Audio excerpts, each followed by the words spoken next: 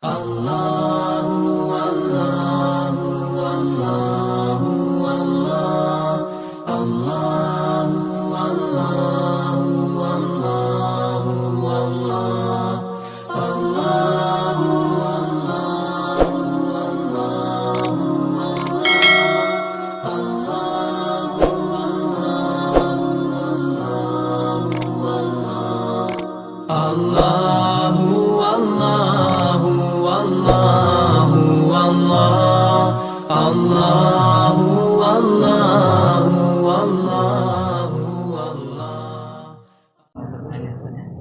Kemarin sisihkan, apa? Iya. Sampai jam 6 ya?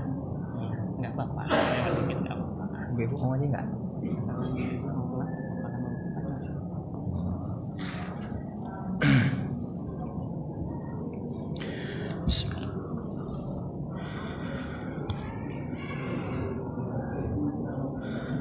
Assalamualaikum warahmatullahi wabarakatuh.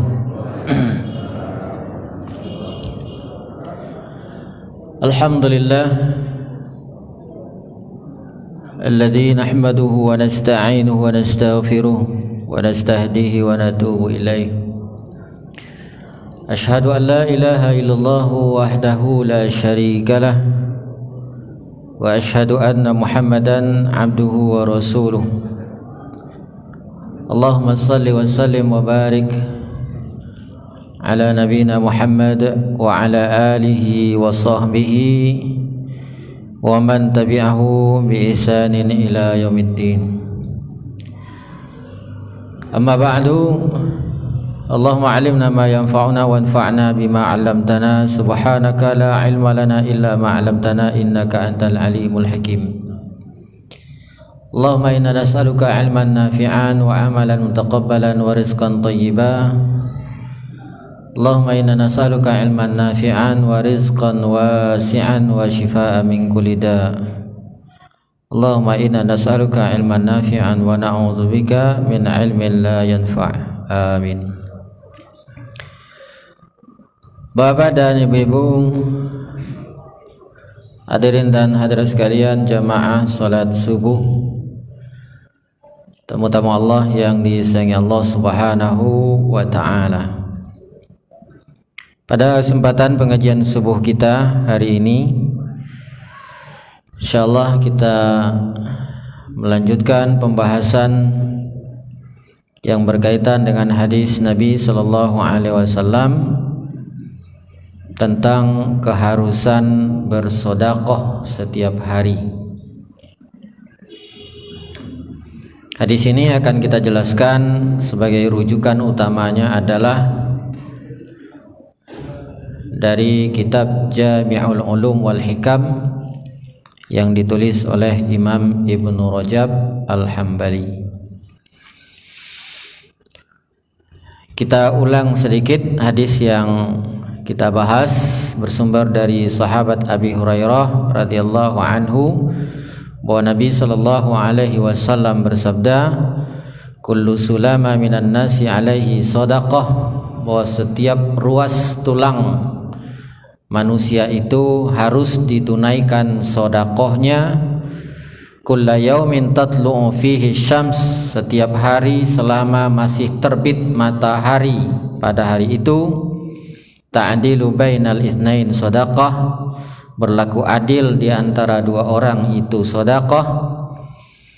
Wa tu'inur rajula fi dabatihi, membantu seseorang dalam kendaraannya, fatahmiluhu 'alaiha, lalu engkau bantu untuk naik ke atasnya, au tarfa'u lahu 'alaiha mata'ahu shadaqah, atau engkau membantu menaikkan barangnya ke atas kendaraannya, itu adalah sedekah. Wal kalimatut thayyibah sedekah, kalimat thayyibah itu adalah sedekah. Wa bi kulli khutwatin tamshiha ila sholati sedekah, setiap langkah kaki menuju masjid itu adalah untuk melaksanakan salat berjamaah adalah sedekah. Wa tumitul adza 'anit thariq sedekah, dan menyingkirkan hal-hal yang membahayakan dari jalan itu juga bernilai sedekah. Hadis riwayat Imam Al-Bukhari dan Imam Muslim. Bapak dan Ibu, pada pertemuan yang lalu sudah kita sampaikan bahwa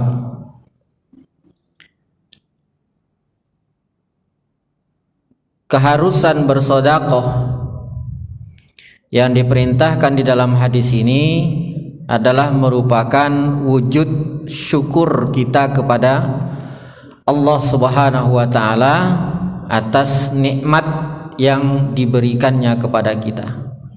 Di antara nikmat itu adalah nikmat sehat. Jadi kita berbuat baik itu bukan dalam rangka untuk membalas kebaikannya Allah, karena berapapun banyaknya dan betapapun sempurnanya ibadah yang kita lakukan itu belumlah sebanding dengan banyaknya nikmat yang telah diberikan oleh Allah Subhanahu wa taala kepada kita. Pertemuan yang lalu sudah kita sampaikan sebuah riwayat Imam Al-Baihaqi bahwa ada seorang hamba yang beribadah selama 50 tahun, memfokuskan dirinya ibadah selama 50 tahun. Ternyata bahwa ibadahnya yang 50 tahun itu hanya sanggup untuk membayar sembuhnya dia dari sakit dari urat lehernya, belum membayar nikmat-nikmat Allah yang lain, belum untuk membayar nikmat sehatnya itu sendiri, baru membayar nikmat sembuh dari satu sakit. Habislah pahala ibadahnya yang 50 tahun itu. Nah, selanjutnya ada sebuah hadis lagi yang diriwayatkan oleh Imam Al-Hakim. Jadi Imam Ibn Rajab beliau mengutip ada sebuah riwayat dari Imam Al-Hakim. Menurut penjelasan dari para ulama, di antara para ulama ada yang mendhaifkan hadis ini. Tapi kalau Imam Al-Hakim yang meriwayatkan, sudah pasti beliau menyatakan bahwa hadisnya adalah hadis sahih. Karena beliau di dalam kitab Al-Mustadraknya itu menganggap bahwa hadis yang beliau riwayatkan itu adalah sahih. Nah, terlepas daripada sahih ataukah dhaifnya hadis ini, kita coba ambil pelajaran. Maknanya kalau saya lihat positif. An Jabir anin Nabi sallallahu alaihi wasallam, dari sahabat Jabir dari Nabi sallallahu alaihi wasallam, anna Jibril akhbarahu, bahwasanya malaikat Jibril memberikan informasi kepada Nabi sallallahu alaihi wasallam tentang kisah seorang manusia di masa lalu. Anna 'abidan 'abadallaha 'ala ra'si jabalin fil bahri, bahwa ada seorang ahli ibadah yang senantiasa dia beribadah kepada Allah Subhanahu wa taala di suatu tempat, yaitu di atas gunung yang berada di tengah laut. Jadi ibarat kita ini mungkin ada pulau seperti Pulau Tikus itu. Nah, terus di pulau itu ada gunung. Hanya nyepilah di situ. Khusus ibadah saja. Ini untuk zaman dulu ya. Zaman dulu. Berapa lamanya? 500 sanah. Selama 500 tahun. Jangan kaget dengan umur 500. Apa iyo sekarang 100 saja dah baca. Sekarang, kalau dulu lain ceritanya. Nabi Nuh saja dakwahnya berapa tahun? 950 tahun. Dakwahnya saja baru itu. Belum bukan umurnya. Kalau umurnya berarti bisa lebih dari itu. Bisa lebih dari 1000 tahun. Dulu. Maka jangan posisikan hadis ini seperti zaman sekarang. 80 tahun aja lah untung. Ada yang 80 Pak? Banyak di sini ya kalau saya tengok-tengok ini kan. Nah, itu. Jadi summa sa'ala rabbahu ayaqbidahu wa huwa sajid. Di antara doa-doanya itu dia berdoa kepada Allah Subhanahu wa taala agar nanti ketika Allah Subhanahu wa taala mencabut nyawanya, Allah cabut nyawanya itu dalam kondisi sujud. Dalam kondisi sujud. Lalu apa yang terjadi? Dikabulkan oleh Allah. Dikabulkan oleh Allah. Dia dimatikan dalam kondisi sedang sujud. Karena memang begitulah. Pepatah Arab mengatakan man yazra' yahsud. Siapa yang menanam dia yang menuai. Kalau kata Imam Ibnu wa man mata ala syai'in bu'isa alaihi. Barang siapa yang hidup di atas sesuatu, maka dia akan mati di atas sesuatu itu. Jadi kalau hidupnya di atas ibadah, insya Allah matinya pun juga dalam kondisi ibadah. Hidupnya dalam kebaikan, insya Allah matinya pun juga dalam kondisi baik, husnul khatimah. Tapi kalau seandainya hidupnya dalam keburukan, matinya pun juga dalam kondisi buruk, su'ul khatimah. Dan itu nyata dalam kehidupan kita sekarang kan. Ada yang mati lagi sujud. Jadi bukan orang ini saja, di zaman sekarang ada gitu. Dulu ada kan ceritanya kan di mana? Perumdam dulu ya. Oh, tarawih. Allahu Akbar, enggak bangun-bangun. Rupanya meninggal. Ada ibu dari teman saya, habis dia wudu kan, sudah wudu pakai mukena, nyandar sebentar di rumah. Tidak bangun-bangun lagi. Meninggal. Nah, tapi sering juga kita dengar cerita bahwa orang yang mati lagi nenggak botol, ya kan? Ada yang mati lagi joget, kayak yang di video itu kan, lagi kayak gini, klekap jatuh dia. Ada juga yang mati di hotel, bukan masalah di hotelnya yang mati di hotelnya itu, kondisinya gitu, lagi apa gitu kan. Na'udzubillahi min dzalik. Jadi singkat cerita, akhirnya apa? Fayaqulur Rabb azza wa jalla, maka nanti pada hari kiamat Allah Subhanahu wa taala memerintahkan kepada para malaikatnya, adkhilu 'abdi al-jannah bi rahmati. Wahai malaikatku, masukkanlah hambaku ini ke dalam surga dengan rahmatku. Ada catatannya di ujungnya ya. Masukkan hambaku ini ke dalam surga dengan rahmatku. Fayaqul, lalu hamba ini protes. Maka nomor raso PD tadi ini, bayangkanlah Pak, 500 tahun cuman ibadah. Tidak ada kerja lain itu, ibadah itulah 500 tahun lamanya itu. Banjir pahala tak kira-kira tuh. Banjir, banyaknya pahala. Ya. Lalu apa dari jawab dari hamba ini tadi? Ya Rabb bi'amali, ya Rabb bi'amali, ya Rabb bi'amali. Diulangnya 3 kali. Wahai Allah, tolong masukkan aku ke dalam surga dengan amalku ya Allah.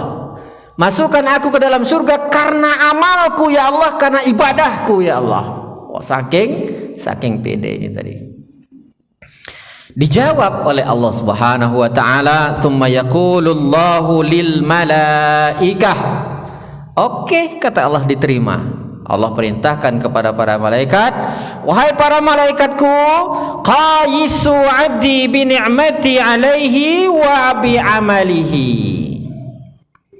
Sekarang silahkan kalian timbang berapa banyak nikmat yang sudah kuberikan kepada hambaku ini, dan berapa banyak ibadah yang sudah dia kerjakan selama hidupnya. Andaikan ibadahnya lebih banyak, masukkan dia ke dalam surga. Tapi andaikan kurang, konsekuensinya apa? Ya di akhirat cuma 2 tempe Pak. Tidak surga, neraka berarti ya. Masukkan dia ke neraka kalau itu. Akhirnya apa? Dilakukanlah, dihitung-hitung. Fayajiduna ni'matal basar qad ahatat bi'ibadati 500 sanah. Oke, akhirnya diambillah nikmat melihat, nikmat matanya dulu yang diambil. Nikmat mata diambil. Mana cara ngambilnya jangan ditanya ya, ini urusan akhirat. Urusan akhirat itu imani selesai. Kan itu ya. Diambillah karena nanti kan pahala kan berwujud. Pahala dan dosa itu berwujud. Jangankan di akhirat, di kubur saja berwujud.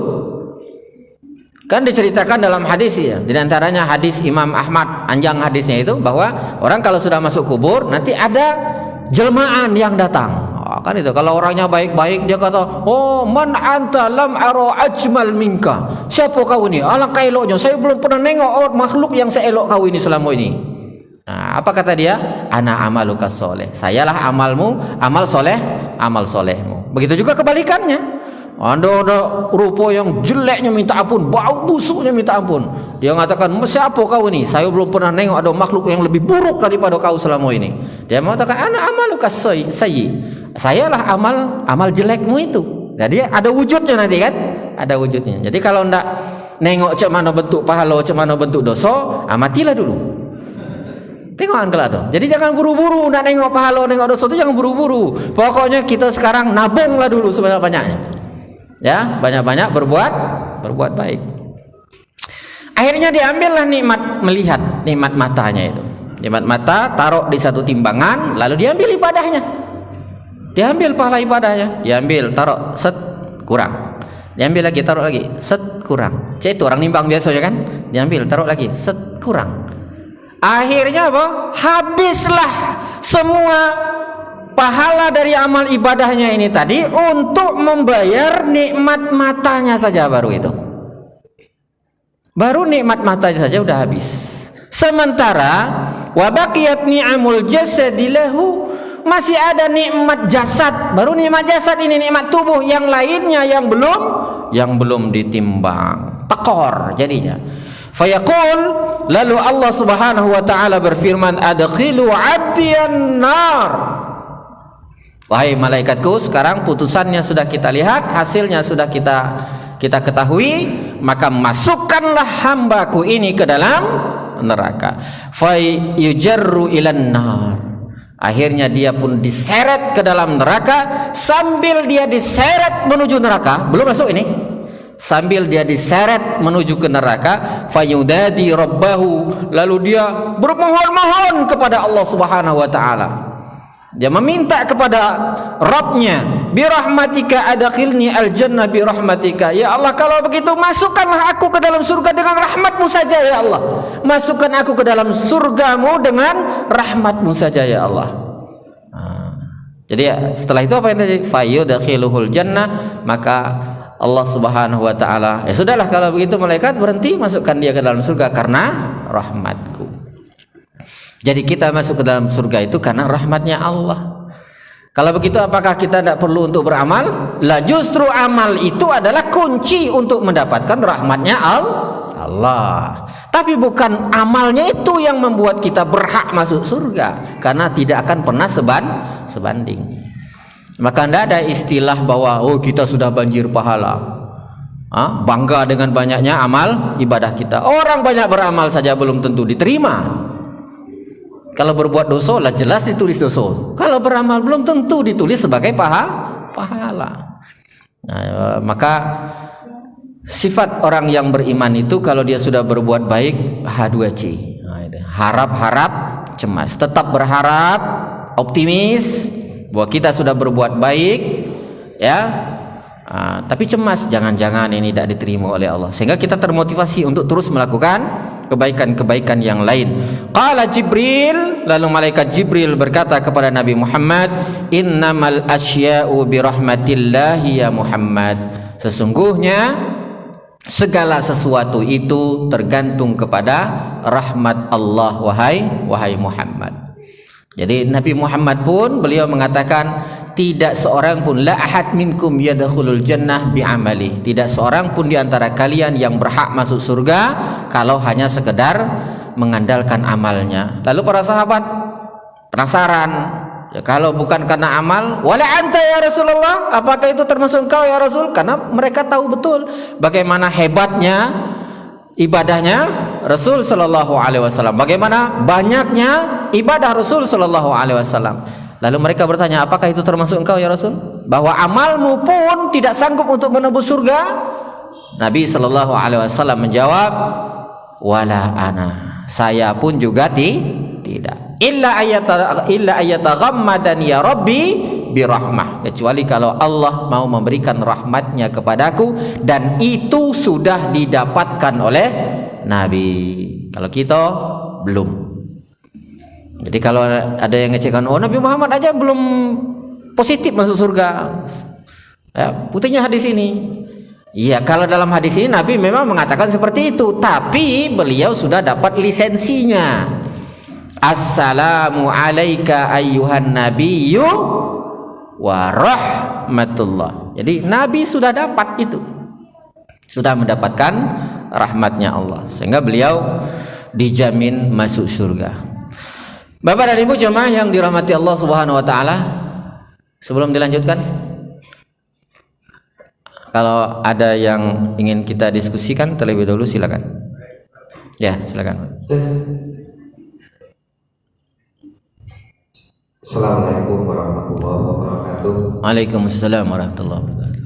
Sebenarnya hal ini pernah saya tanyakan pada waktu yang lalu, Ustaz, tapi saya belum bisa merasakan satu pemahaman itu atas jawaban dari Ustaz atau dari Ustaz yang lain.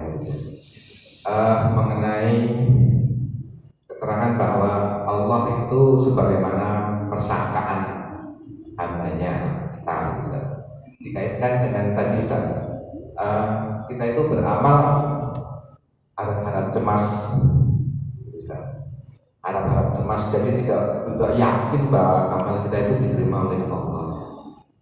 Begitupun tentang apakah kita nanti ada di surga atau di neraka. Nah, wilayah yang mana kita itu tidak boleh merasa yakin bahwa kita itu misalnya ada di surga. Jadi dalam hal ini kan ada saja antara kita tuh berharap semoga Allah nanti masukkan ke dalam surga, tapi kalau kita yakin nanti akan di surga, mungkin terlarang ya Ustaz ya. Kira-kira wilayah mana yang kita tidak boleh berpikir seperti itu, Ustaz? Terima kasih.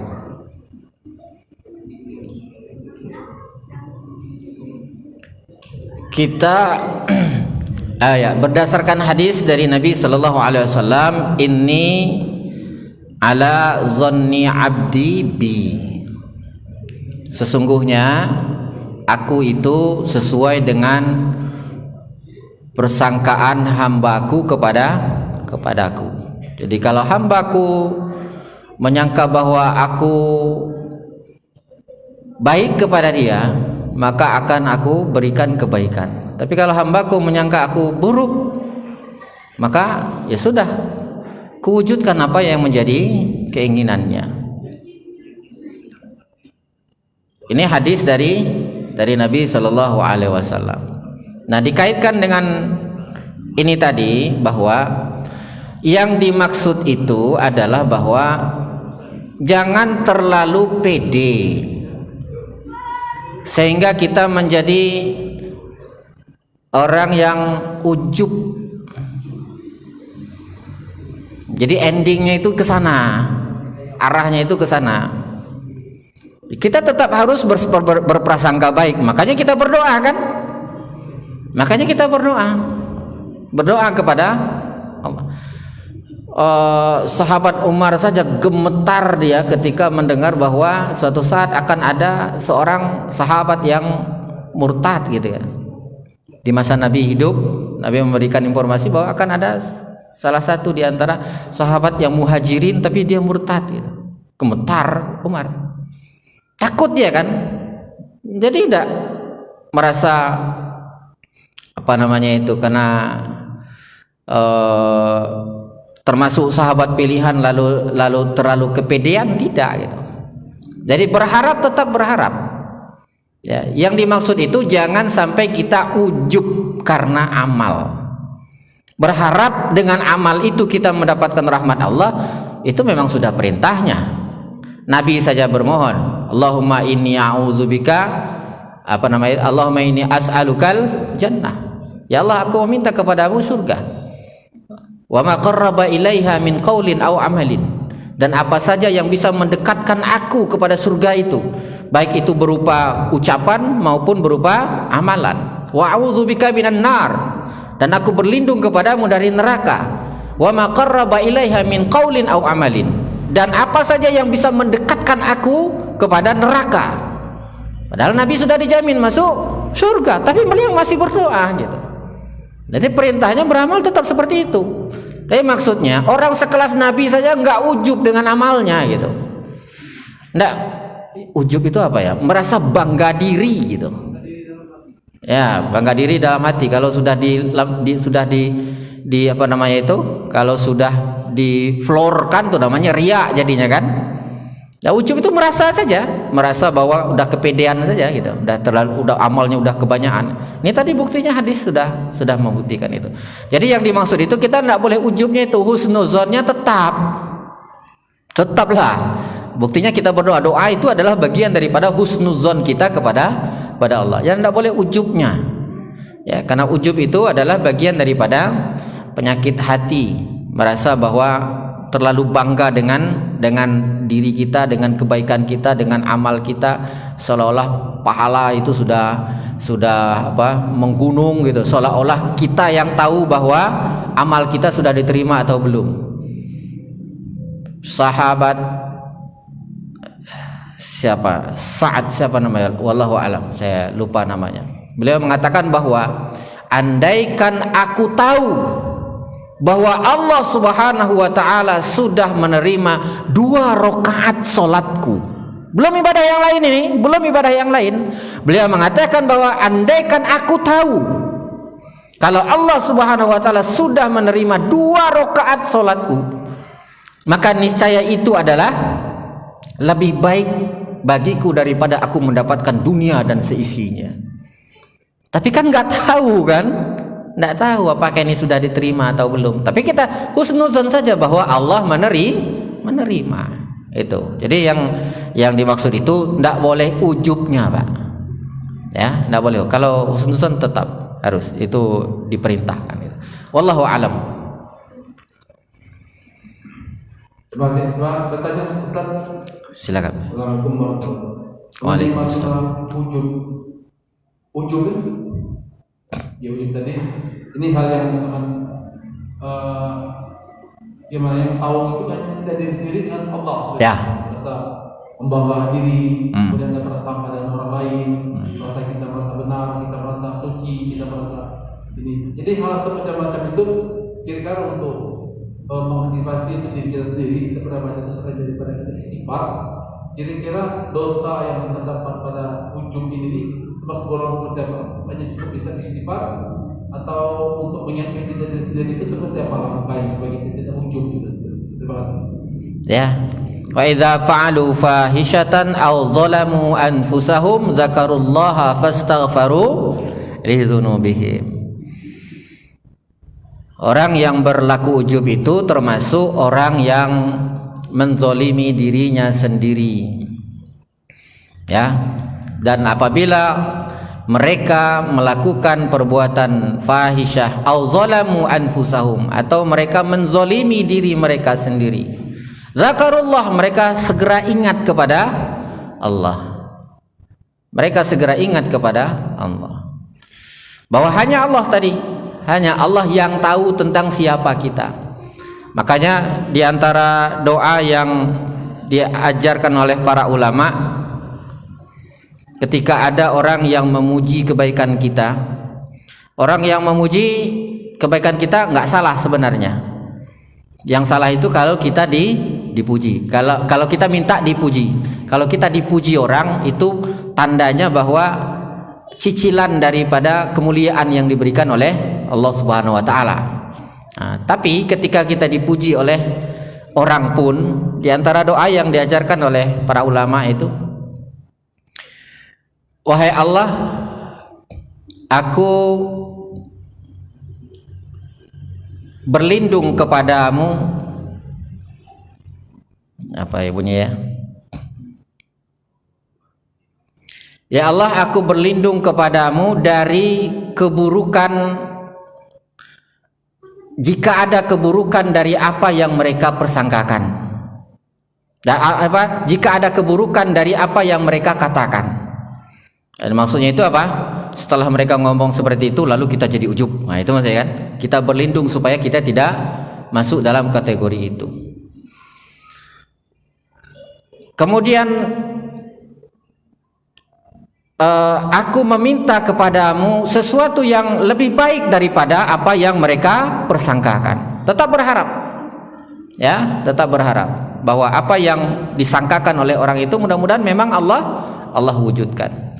Mengapa? Karena aku lebih tahu tentang diriku daripada mereka, dan engkau lebih tahu tentang diriku daripada diriku sendiri. Nah, ini diantara bentengnya gitu, ya, diantara bentengnya supaya kita tidak larut dalam sifat ujub ini tadi. Kita yang lebih tahu siapa kita gitu. Udah berapa banyak dosa yang kita lakukan kita yang tahu, tapi itu ditutup oleh Allah. Terus apa yang mau kita ujubkan gitu? Apa yang mau kita banggakan gitu? Ya. Berbuat pahala belum tentu pahala kita, berbuat baik belum tentu kebaikan kita diterima oleh Allah lalu menghasilkan pahala. Tapi dosa-dosa yang dulu pernah kita kerjakan, toh kenyataannya kita masih ingat. Terus jangan-jangan ingatnya kita dengan perbuatan dosa yang dulu kita kerjakan itu, jangan-jangan maksud saya kan, tanda bahwa itu belum terhapuskan gitu. Nah, maka ya Allah, aku lebih tahu tentang diriku daripada orang lain, dan engkau lebih tahu tentang diriku daripada diriku sendiri. Huwa a'lamu bimanit taqa, dialah Allah yang lebih tahu siapa sesungguhnya yang paling bertakwa. Nah, itu diantaranya sadar diri gitu. Seperti halnya Nabi Adam, Rabbana zalamna anfusana wa illam taghfir lana wa tarhamna lanakunanna minal khasirin. Jadi dia langsung ke dirinya gitu. Kalau ada kebaikan, ada keburukan, dia ke dirinya dulu. Kemudian Nabi Yunus juga seperti itu. Lalu kita perbanyak istighfar. Wastaghfaru lidzunubihim. Ya, merasa bahwa oh ya, dosa yang kerja saya ini. Lalu langsung beristighfar. Ya, perbanyak istighfar. Insyaallah dengan itu akan bisa menghapuskan dosa-dosa kita. Bapak dan Ibu jamaah yang dirahmati Allah, cukup dulu ya. Jam 6 lewat 5. Insyaallah nanti di pertemuan berikutnya akan kita masuk ke pembahasan contoh-contoh sedekah yang harus ditunaikan. Kan bunyinya agak panjang tadi ya hadisnya. Kita baru jelaskan ada 2 penggalan kalimat dari hadis ini. Demikian, mudah-mudahan bermanfaat. Lebih dan kurang mohon dimaafkan. Subhanakallahumma wabihamdika asyhadu an la ilaha illa anta astaghfiruka wa atubu ilaik. Wabillahi taufiq wal hidayah. Assalamualaikum warahmatullahi wabarakatuh.